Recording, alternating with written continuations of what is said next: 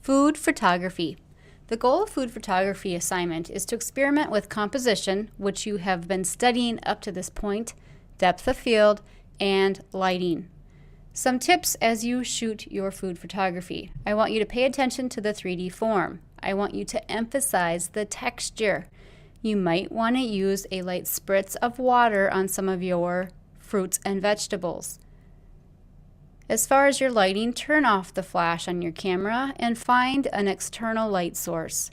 You may want to find a mirror that helps bounce the light around. Experiment with this. Have fun with it. Think about backgrounds and how you can be creative with your backgrounds. You may have to go with a tripod to help steady your shot and help with composing the photo. And of course, watch those ugly shadows. Rule of thumb: a small aperture, a fast shutter speed. So the assignment for the food photography is to take a great photo a day for 1 week. Try to aim for different textures of food and work with lights and mirrors. At the end of the week, you will have 5 fabulous photos of food. As you're taking the photos, I want you to think about, are the photos good? Or are the photos bad? And how do you judge the success or failure of a photo? There are many photo a day challenges out on the web, many of them that you can look for inspiration. An example is the Purple Carrot, purplecarrotkc.com.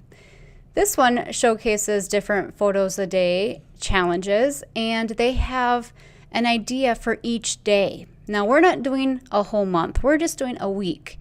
But I do want you to be inspired by some of these items. And of course, look at some of these challenges that are out there and see what new and interesting things you can do. Now, of course, you're shooting just food. So you're shooting a photo of food a day.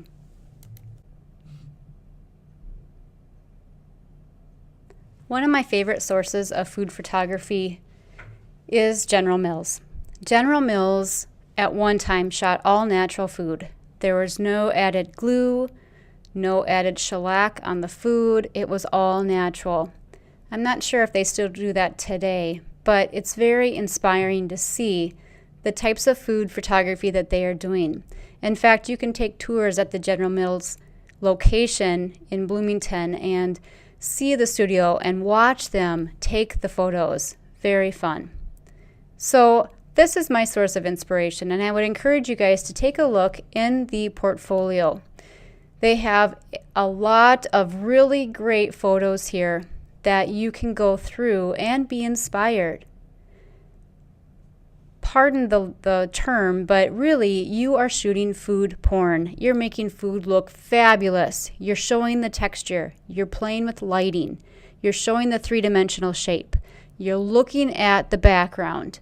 You're thinking about how you can make the food look the best it possibly can. So in your challenge for 1 week, you are going to take a picture of food at least once a day. Everybody eats at least once a day. So whether it be a Snickers candy bar, an apple, or a 5-course meal, you can make it look good. Try for natural light. If you're not able to achieve natural light, make sure that you have plenty of light in your scene.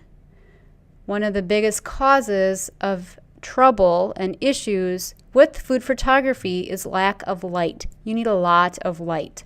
Think about composition. Think about your backgrounds.